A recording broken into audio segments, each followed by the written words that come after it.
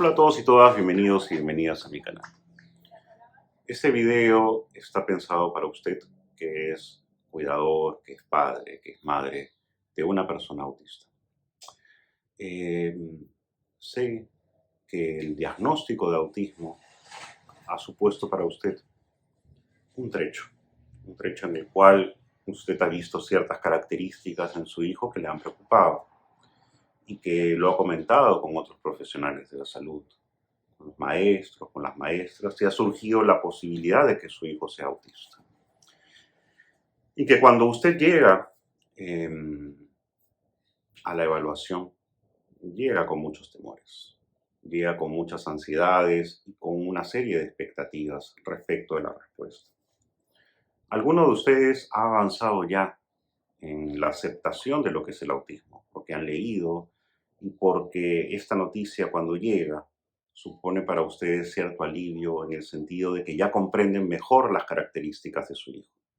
Ya saben qué esperar, ya saben o es el inicio de empezar a adecuar los entornos para el bienestar de su hijo. Pero para muchos de ustedes, para usted probablemente, esta noticia supone y ha supuesto un gran dolor. Y lo entiendo, porque nuestra sociedad no nos educa para desear un niño autista. No nos educa para desear nada que sea divergente a la norma. Cuando uno espera un hijo o una hija, uno espera un niño o una niña normal.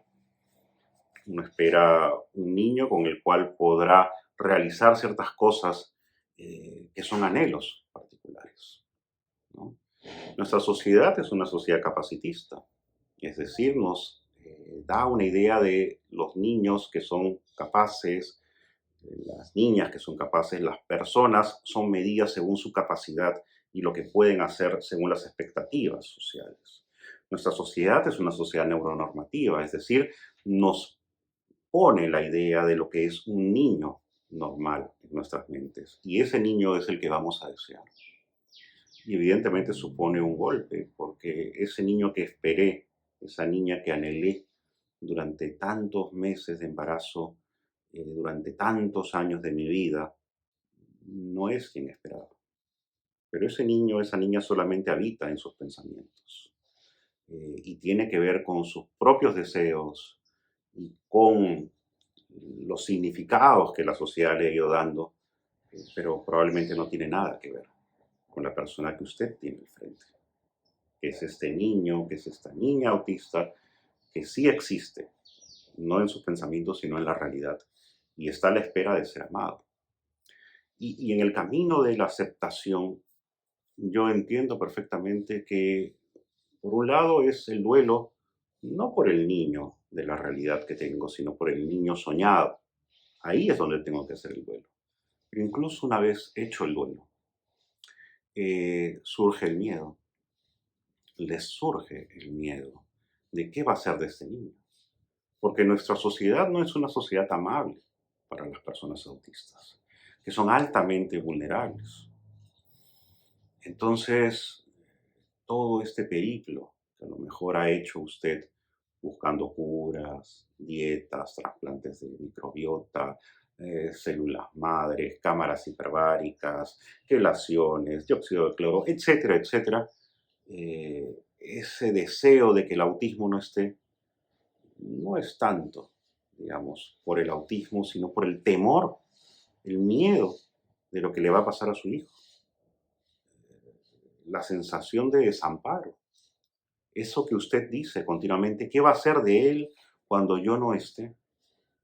O sea, si nuestra sociedad fuera una sociedad amable hacia las personas autistas y hacia las personas neurodivergentes en general, si la sociedad buscase el bienestar y el cuidado de la persona autista, posiblemente usted no tendría ningún temor.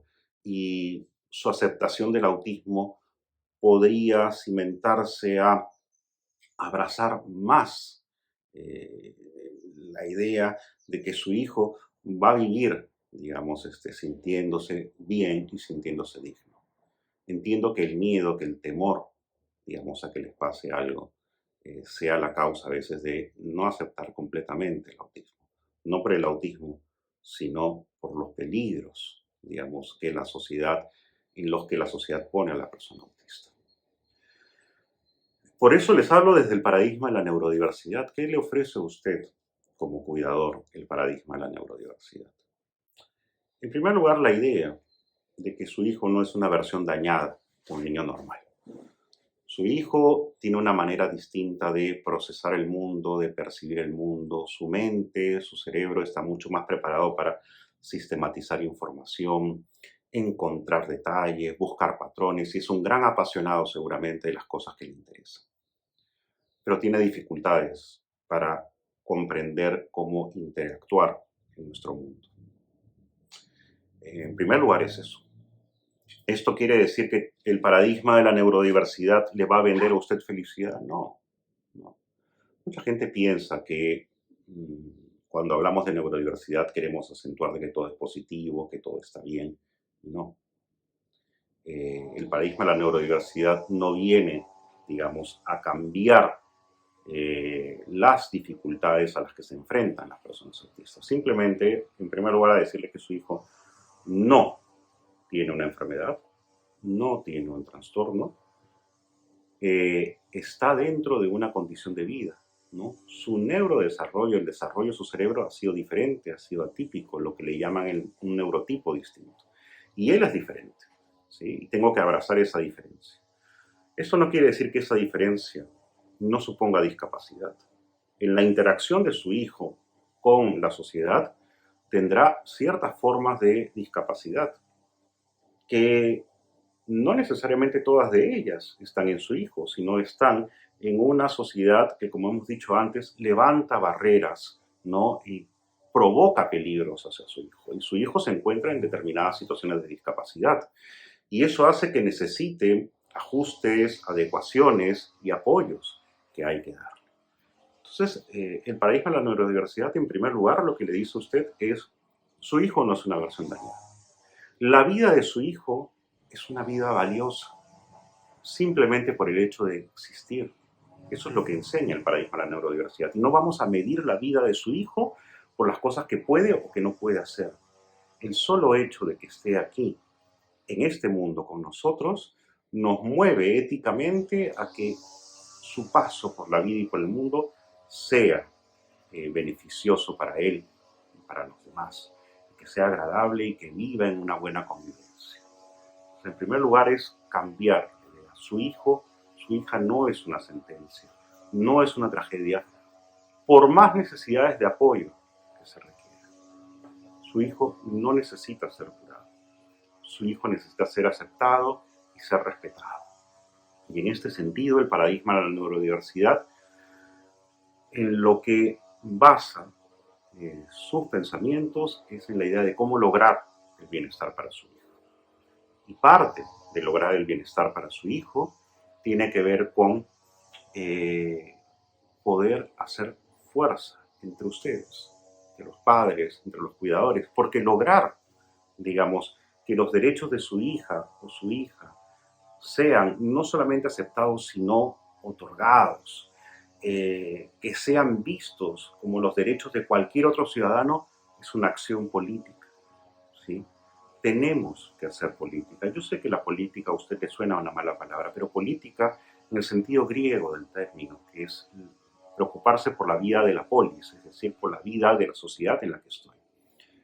Para preocuparnos por la vida de su hijo o hija, debemos educar en la escuela, debemos educar a la sociedad, pero debemos también exigir ese respeto. Una vez que usted acepte, digamos, que su hijo no es una versión dañada, una vez que uno caiga en la cuenta de que el temor hacia el autismo no viene de mi hijo, sino que viene fundamentalmente de esta sociedad que levanta una serie de barreras y que supone peligros para mi hijo y que mi dificultad para aceptar el autismo está en ese miedo, entonces dirigir, digamos, ese temor y esa angustia a hacer cosas para que en el día a día, para que cuando yo no esté, para cuando usted no esté, su hijo pueda tener garantizado, ¿no?, su bienestar, su desarrollo, sus aspiraciones, sean cual sean sus necesidades de apoyo, sea hablante o sea no hablante. Eh, la idea es que pueda sentirse, digamos, acogido dentro de una sociedad, viviendo dentro de una convivencia respetuosa. Entonces, necesitamos grupos de cuidadores. Su hijo necesita grupos de cuidadores que se unan, digamos, dentro de un objetivo que sea brindar esos apoyos, brindar esos ajustes y reclamar esos derechos que toda persona tiene por el simple hecho de ser ciudadano. Su hijo es ciudadano. No requiere tanto derechos especiales, sí, en algunas áreas, pero fundamentalmente que se cumplan los derechos que él ya tiene a la salud, a la educación, al empleo, al cuidado, como cualquier ciudadano de cualquier país y que seguramente está consagrado en la Constitución. ¿Sí? Eso tenemos que garantizar. Entonces, este video básicamente es para decirles que comprendo sus temores, que comprendo sus miedos y que el paradigma de la neurodiversidad tiene para ustedes, les trae a ustedes la idea, ¿no?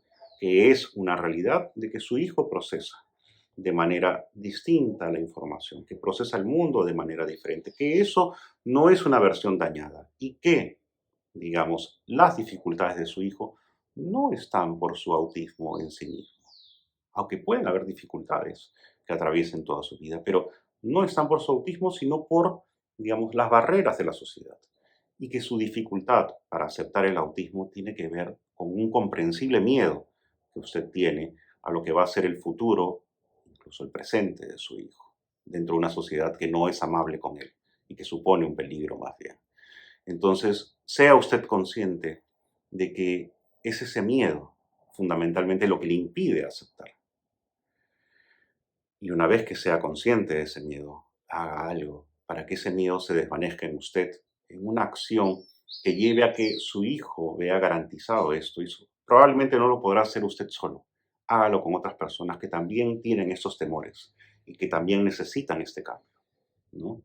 Para poder aceptar fundamentalmente el autismo en su hijo, pero también darse cuenta de lo que necesita su hijo es respeto, ¿no? Y garantizar ese respeto y que los derechos que él requiere de manera natural por ser un ciudadano sean dados. Entonces, este mensaje a los cuidadores es eso. Desde el paradigma de la neurodiversidad, digamos, podemos trabajar profundamente junto con los movimientos por la neurodiversidad en crear no una utopía, pero sí crear o ir creando poco a poco que los espacios en los cuales su hijo va a vivir, ¿no? Sean espacios donde esté garantizado el respeto y el derecho a una vida digna. Esto quería comentarles el día de hoy y espero que les sirva en su proceso de aceptación y con ustedes será la próxima semana.